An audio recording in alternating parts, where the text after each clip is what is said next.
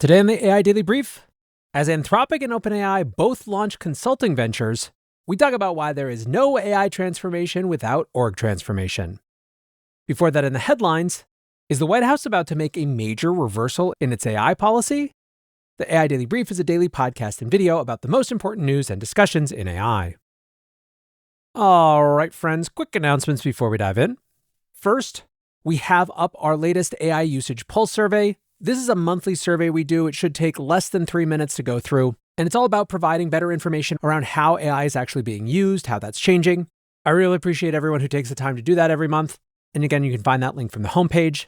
You can also find a link to the AIDB training site. AIDB training has two very distinct parts. There are our free programs, which I am super passionate about. That includes AIDB New Year's, Claw Camp, more recently Agent OS. More than 20,000 of you have done those free self-directed programs this year. And pretty soon I'll be launching one for a very different type of audience, for a much more beginner audience. That AI catch-up program will be a bit of an update on the New Year's resolution, so look out for that soon. You can also find out about our enterprise programs. Enterprise Claw is registering for cohort 3. And for those who aren't quite ready for an agent building program, we put together a new 4-week executive catch-up program that is designed to radically accelerate executives who are feeling behind on AI overall. You can find that again linked from the AI Daily Brief website or at aidbtraining.com. Now with that out of the way, let's talk about this shift from the White House. We have a bit of a weird one today. I'd worked up a full normal plan for the headlines with some extended emphasis on this White House AI vetting story, but between when I was preparing and when I started recording, we got more information that has basically forced me to do a not all that common effective double main show. We don't have all the information yet, so we will come back and explore this as is necessary with additional information later in the week. But let's talk about the White House and their changing relationship with AI. Yesterday, the New York Times reported that the administration was weighing up a vetting process that would put the government in charge of assessing and approving the release of powerful AI models. Sources said that an executive order could be issued to set up a working group to consider potential oversight procedures. The working group would include tech executives and administration officials, and among the potential plans, wrote the New York Times, was a formal government review process for new AI models. Another consideration was a plan to give government first access to new models, but not necessarily block public release. The administration apparently met with executives from Anthropic, Google, and OpenAI last week to discuss the plans. And sources noted that the UK's review process, which involves multiple government agencies assessing new models against safety standards, was viewed as a potential framework to replicate. Now, it's pretty impossible to see this as anything but a stark reversal of administration policy. One of the core objectives of this particular administration was to unwind restrictive regulations. Specifically, the Trump administration removed power from the US AI Safety Institute, or USAISI, which is housed within the National Institute of Standards and Technology. Based on Biden-era policies, the USAISI performs safety testing on any model with more than 100 billion parameters, which for reference, frontier models are currently well over 1 trillion parameters. And on day one, the Trump admin revoked the executive order that made government safety testing mandatory, shifting to a voluntary system. During the Biden years, regulation was headed towards giving the government a more formal role and the power to hold back public releases for models deemed to have safety or security issues. These proposals were primarily discussed in relation to the California state government with the SB 1047 bill in late 2024. However, there was a sense that these regulations would filter up to the federal level during a possible second Biden term. The Trump administration, meanwhile, explicitly rejected this concept, asserting that regulatory delays could risk the US falling behind in the AI race with China. In his first public speech as vice president, J.D. Vance told world leaders at the AI Action Summit in Paris that, quote, excessive regulation of the AI sector could kill a transformative industry just as it's taking off. At a July event last year, the president referred to the AI industry as a baby, commenting, we have to grow that baby and let that baby thrive. We can't stop it. We can't stop it with politics. We can't stop it with foolish rules and even stupid rules. Now, the New York Times attributed the change of thinking to the rollout of Mythos. Anthropic, of course, has famously declined to release the model to the public, saying that it's so powerful at identifying security vulnerabilities in software that it could lead to a cybersecurity reckoning. The New York Times administration sources commented that the White House is concerned about political repercussions if a devastating AI-enabled cyber attack were to occur. Another contributing factor is the departure of AI czar David Sachs, who left the administration in March after exhausting his 130-day limit on working as a special government employee. In his wake, Treasury Secretary Scott Bessent and White House Chief of Staff Susie Wiles have reportedly stepped in to take over the AI portfolio, which, whatever you think about them as individuals, neither has any sort of tech industry experience, presumably making it pretty difficult for them to assess the current situation regarding Mythos. The idea of the government vetting AI models surfaced some very strong views. Zach Lilly, the director of government affairs at NetChoice, posted, "This would be a terrible blow to American AI competitiveness. No need to return to Biden-era regulatory impulses. Innovation at the speed of government isn't innovation at all. Jeff Bezos commented, "Very bad idea. Administrations of the future will force labs to imbue the biases of their side into models in order to get sign-off. This will also reduce the number of labs who can ship models having to deal with compliance. I cannot advise against this strongly enough." Relatively few are super keen on this idea. Some of the AI safety folks are directionally aligned with this type of policy, but pretty skeptical of its source. The most vocal support came from the China hawk contingent, with Chris McGuire from the Council on Foreign Relations tweeting, "This is a sorely needed regulatory pivot with substantial geopolitical implications. If the US government vets models pre-release and presumably requires companies to include certain safeguards, it also needs a global plan to preserve their security post-release." He went on to describe a system where the US government exerts control over global cloud services and distribution of frontier model weights, directly advocating for a return of an even stronger version of the Biden-era diffusion rule. Now, interestingly, unrelatedly but on the same day, the New York Times published a guest essay by former Trump AI policy advisor Dean Ball and his Biden administration counterpart Ben Buchanan. They wrote, "We come from different parties and have guided AI policy under very different presidents. But we agree, AI has become so powerful that, along with its tremendous promise, the technology poses immediate risks to national security." The article is basically framed as a call to action, calling on Washington to urgently establish a bipartisan AI regulatory regime. Now, the article contains a complete policy prescription. Remember, it wasn't a direct response to this news, but it did discuss the testing and release of models. At a minimum, they wrote, Congress should mandate audits of AI developers' safety claims and processes, requiring that they be conducted by independent expert bodies overseen by the government. In other words, they're effectively arguing that model capability isn't necessarily the best place to target regulatory oversight, that models aren't inherently safe or unsafe, the way they are used is the primary issue. Building on the arguments from the essay, Secure AI Project co-founder Thomas Woodside wrote, "I don't think approving model deployments is the best way to think about this. Oversight should be more continuous because models are updated constantly, and critically, models can pose risk during internal use and during development." Policy reacher Miles Brundage elaborated, saying, "On cyber, which kicked this off, model capability assessment is part of the story, but other things also matter like misuse detection, access programs for low refusal models, etc., and these will necessarily evolve over time. Point being not that the government should micromanage a bunch of other things in addition to pre-deployment assessment, but just that a sharp pre- and post-deployment distinction is the wrong mental model." Ethan Mollick noted a tendency for policymakers to assume the concepts around AI risk are far more defined than they actually are. He commented, "A challenge with AI regulation and vetting is how bad our benchmarks of AI model performance and risks are. There is no benchmark for risks, and red teaming requires experiments from dedicated specialist organizations and is not easy to put metrics around. No clear objective numbers. That doesn't mean that there should not be regulation and vetting, but it does suggest that it is hard to write a criteria right now that is not somewhat vague. More R&D into non-lab benchmarks is urgently needed. We have remarkably few good ones that are unsaturated and clear." Now, to give one example of this, recent testing from the UK AI Safety Institute showed that GPT 5.5 has roughly the same automated hacking capabilities as Mythos, which of course reignited questions of whether Anthropic was actually concerned about cybersecurity, or just didn't have the compute to deliver the model, or some combination of both. Relative to the safety conversation, though, the point is that it's unclear where the line should be drawn or even how it should be defined. Now, some pointed out that lots of folks were jumping to conclusions, and that articles implying that this was a licensing system for model releases were getting it wrong. And the major point of confusion seems to be whether the proposed review regime would actually empower the government to block releases or just whether it would be a review. Which brings us to this morning, when the news broke that the US government had indeed made agreements with Google, Microsoft, and xAI to share early access to their AI models with the government. The government body tasked with testing is the Commerce Department's Center for AI Standards and Innovation that is already doing this work, and which in fact OpenAI and Anthropic have similar agreements with the Commerce Department going back to 2024.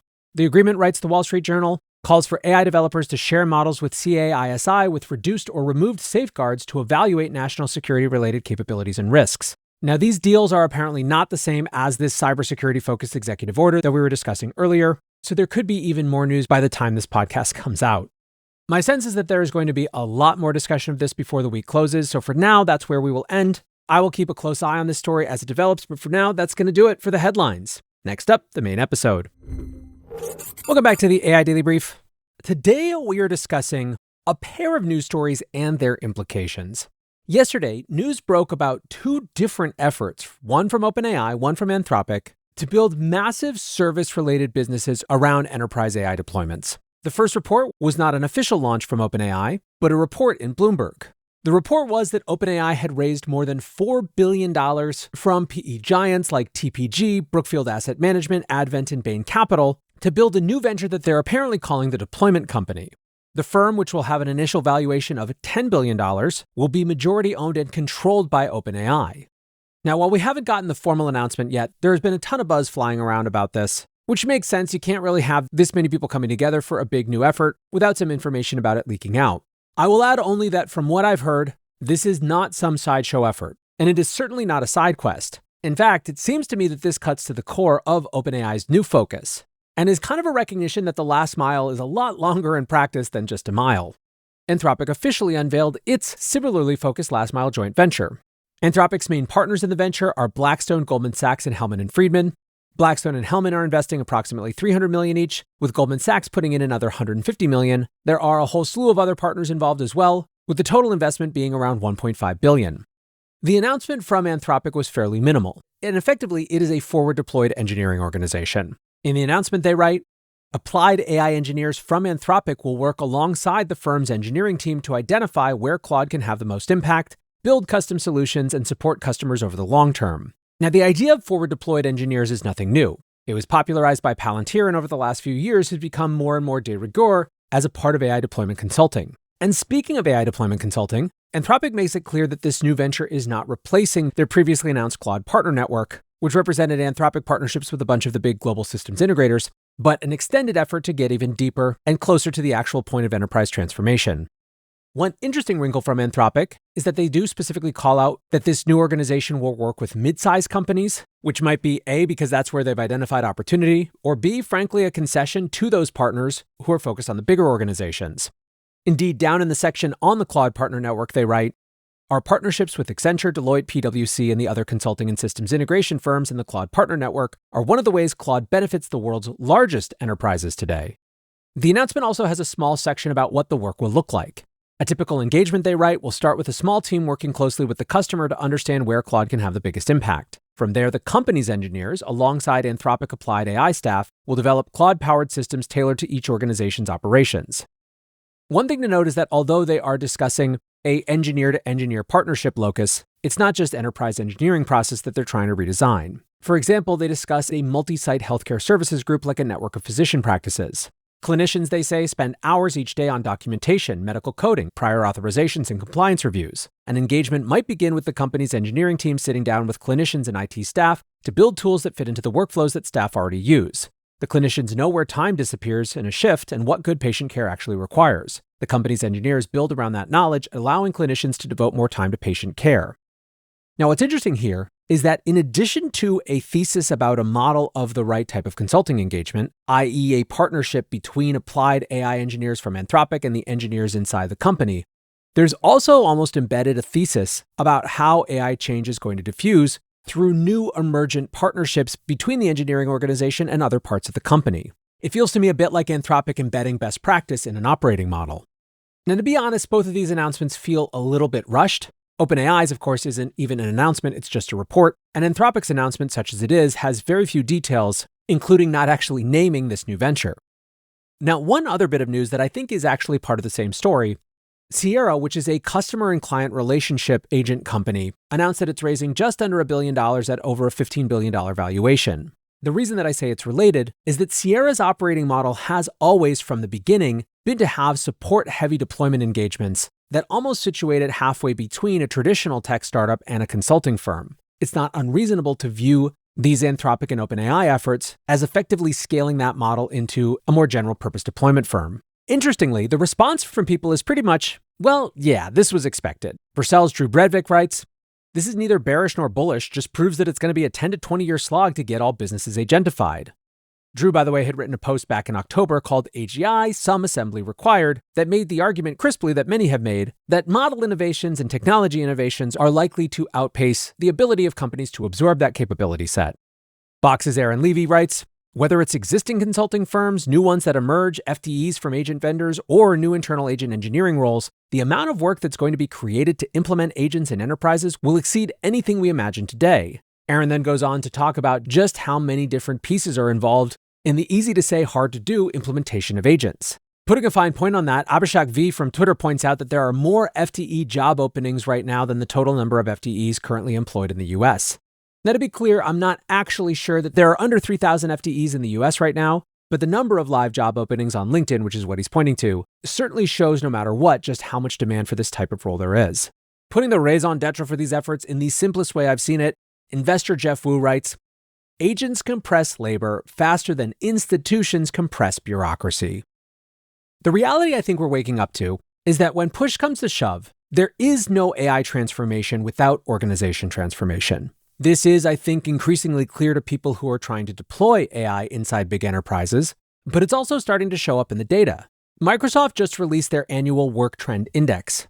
This is an annual report they do that is always a really good source of understanding where a broad subset of organizations are when it comes to AI adoption. A lot of the data is concentrated around organizations using Microsoft, but because Microsoft has such big coverage, that actually gives a fairly wide-ranging view, as opposed to, for example, when I survey folks, you're going to have a very concentrated, leading edge of the market sort of perspective, given that you're all listeners to a daily AI podcast.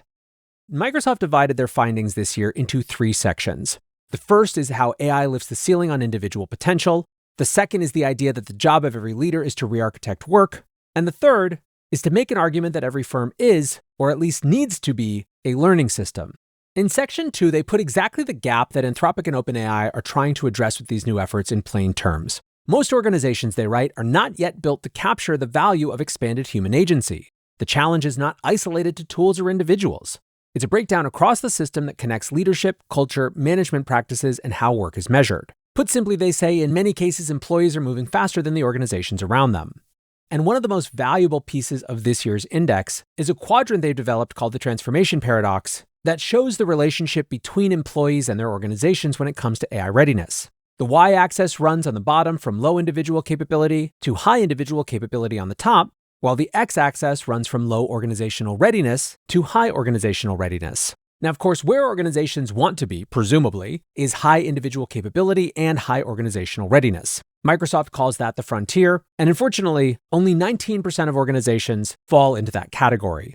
Organizations that have both low individual capability and low organizational readiness, Microsoft calls stalled, and they represent 16%. In organizations where AI conditions are high but individual AI practices low, they call that unclaimed capacity, and that represents the smallest section, just 5% of organizations. Meanwhile, organizations where there is high individual capability but low organizational readiness, they refer to as blocked agency, which represents 10%. Now, you might notice that those don't add up to 100%. It's because they actually categorize 50% of the organizations as still emergent, where both individual AI practice and organizational conditions are taking shape in a way that they're not exactly quantifiable into these categories so far. I would argue, based on our experience, both around AIDB but at Superintelligent as well, that if you put those emergent organizations into one of the 4 quadrants that they most belonged in, the number that were in the blocked agency quadrant, which was again individual AI practice high, organizational AI conditions low, would rise dramatically. That is, I think, increasingly the average state, where yes, there is a very wide range of adoption, but the people who are adopting AI well are significantly constrained by organizational readiness issues. But one of the things that's clear from the Work Trend Index is that when an organization does get its stuff together, it leads to more of what Microsoft calls frontier professionals, i.e. the best, most effective, and most regular users of AI. There are big org-level differences between frontier professionals and non-frontier professionals. While 64% of all employees said that their manager openly uses AI, 85% of frontier professionals said the same. This was basically the same across every other question around managers, including setting quality standards for AI work, creating space for experimentation, and encouraging more ambitious work redesign. In each case, the difference between the frontier professionals and the non-frontier was at least 20 percentage points. Frontier professionals also were more than 2x more likely to say that they were rewarded for the reinvention of work with AI, regardless of the outcome.